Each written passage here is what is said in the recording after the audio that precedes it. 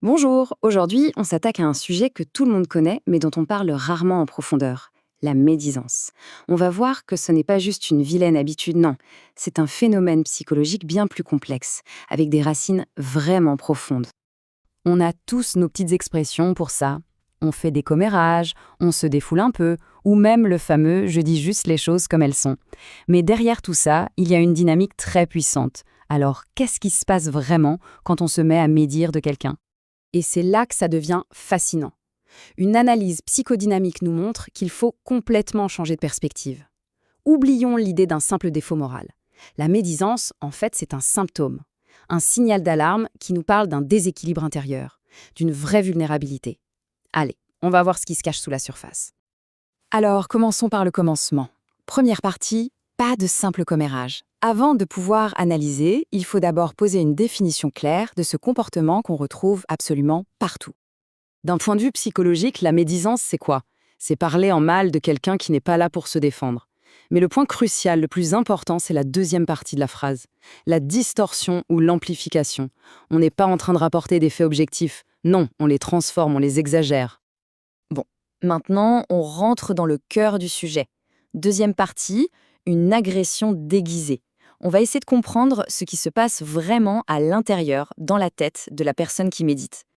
Il faut bien comprendre que ce comportement va bien au-delà d'une simple conversation. Ce n'est pas juste des mots en l'air. Voilà, la phrase qui résume tout. C'est de l'agressivité qui ne peut pas s'exprimer directement, alors elle se transforme. Elle trouve une sortie déguisée, la parole. C'est une façon de laisser sortir sa rage ou sa haine de manière indirecte, une manière qui, souvent, est perçue comme socialement un peu plus acceptable qu'un conflit ouvert. Et cette agression verbale, elle a plusieurs fonctions en fait. D'abord, c'est comme une soupape de sécurité. Ça permet d'évacuer une colère, une rage qu'on garde à l'intérieur. Ensuite, c'est une forme de vengeance, mais une vengeance indirecte. C'est parfait pour les personnalités qui ont peur de la confrontation directe. Et enfin, c'est un moyen de reprendre le contrôle, de retrouver un sentiment de puissance quand on se sent humilié ou impuissant. D'accord, mais quel est l'impact sur les autres, sur le groupe? On y vient. Troisième partie, une maladie du lien social. On va voir à quel point la médisance peut être un véritable poison pour les relations. Cette comparaison est très parlante. D'un côté, on a les liens sains, basés sur la confiance, la coopération, des valeurs positives. Et de l'autre, les liens que la médisance tisse. Eux, ils sont basés sur l'exclusion de quelqu'un d'autre. Le groupe ne s'unit pas pour quelque chose, mais contre quelqu'un. L'hostilité devient le ciment de la relation. Et ça crée un climat de suspicion généralisé. Et ça nous amène à cette idée de solidarité par exclusion. C'est un concept clé pour comprendre. En gros, pour que le groupe reste soudé, il a besoin d'un ennemi commun, d'un bouc émissaire permanent. La médisance devient alors la norme. Et le plus pervers dans tout ça, c'est que si on refuse de participer, on peut devenir suspect à son tour. C'est un système qui s'auto-entretient. On va creuser encore un peu plus profond. Quatrième partie, l'esprit du médisant. On va s'intéresser de plus près au profil psychologique et aux mécanismes de défense qui favorisent ce genre de comportement. Ce tableau, il est vraiment éclairant. Pour une personnalité narcissique, dont l'estime de soi est très fragile, dévaloriser l'autre, c'est une façon de se revaloriser soi-même. Pour une personnalité borderline, qui vit dans une grande instabilité émotionnelle, la médisance permet de projeter son chaos intérieur sur quelqu'un d'autre. Et enfin, pour une personnalité paranoïaque, médire permet de répandre la suspicion et de confirmer sa vision du monde comme un endroit dangereux et menaçant. Et derrière ces profils, on trouve des mécanismes de défense qu'on appelle immatures.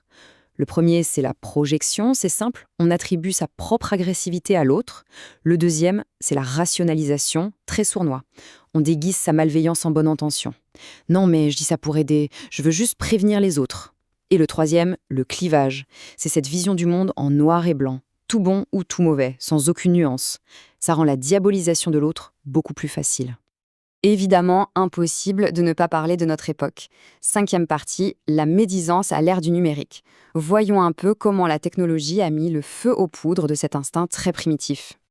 Parce qu'avec les réseaux sociaux, le cyberharcèlement, les règles du jeu ont complètement changé. La médisance est devenue beaucoup plus rapide. Une rumeur peut faire le tour de la planète en quelques heures, sans aucun filtre, sans aucun temps pour la réflexion. Elle est aussi devenue massive. On n'est plus dans un petit cercle de collègues ou d'amis. Non, là, on peut toucher une audience de milliers, voire de millions de personnes. Et enfin, il faut le dire, elle est devenue bien plus dure. L'anonymat, la distance de l'écran, Tout ça désinhibe, les mots sont plus violents, plus cruels. On se permet des choses qu'on ne dirait jamais en face à face. Bon, il est temps de rassembler toutes les pièces du puzzle. 6e et dernière partie, ce que nos mots révèlent. Au final, qu'est-ce que tout cela nous dit vraiment? En résumé, la médisance, ce n'est pas du tout un acte anodin. C'est un comportement lourd de sens. C'est le symptôme d'une agressivité qui n'a pas été gérée autrement, d'une estime de soi fragile, d'une grande difficulté à gérer la frustration et les conflits de manière constructive. C'est, au fond, un échec de la communication. C'est une image très sorte, mais très juste. Au bout du compte, la médisance nous révèle cette part d'ombre, cette part primitive qui est encore bien présente en nous.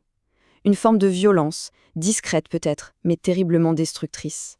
C'est un rappel que malgré toute notre civilisation, des instincts archaïques sont toujours là, prêts à refaire surface. Et on va terminer sur cette idée qui est peut-être la plus importante. Toute cette analyse de la médisance, finalement, elle se retourne contre celui qui la pratique.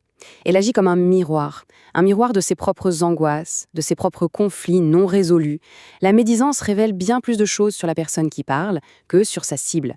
Une question qui, au fond, peut nous concerner tous et toutes à un moment ou à un autre.